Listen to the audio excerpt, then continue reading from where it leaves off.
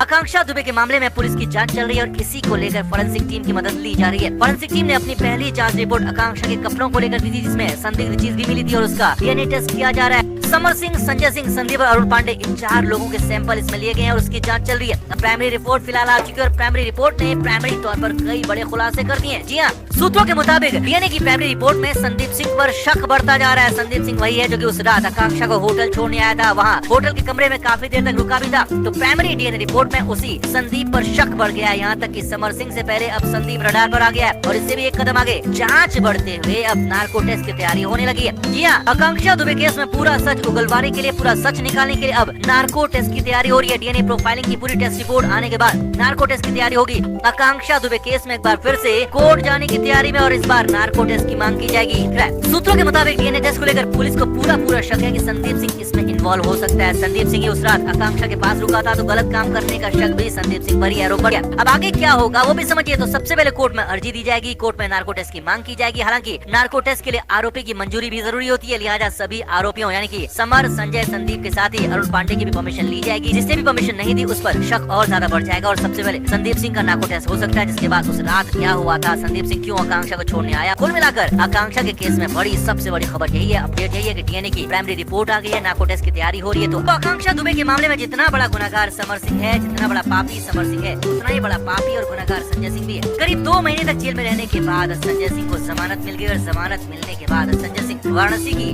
Jail से बाहर भी आ गया। लेकिन संजय सिंह के जेल से बाहर आते ही बवाल मच गया। संजय सिंह के जेल से बाहर आते ही हंगामा खड़ा हो गया, क्योंकि संजय सिंह को सीधे अस्पताल पहुंचाया गया, भर्ती करा दिया गया, तबीयत खराब हो गई, ऐसी बड़ी खबर आ गई। अब कहानी में ट्विस्ट तब आया जब संजय सिंह को जेल से रिहा किया गया। जेल से रिहा करने के बाद संजय सिंह तुरंत ही लखनऊ पहुंचा। जैसे ही घर में पहुंचा तो उसने थोड़ी देर बाद दर्द और सीने में जकड़न की शिकायत कर दी और तुरंत ही डॉक्टर को फोन किया गया।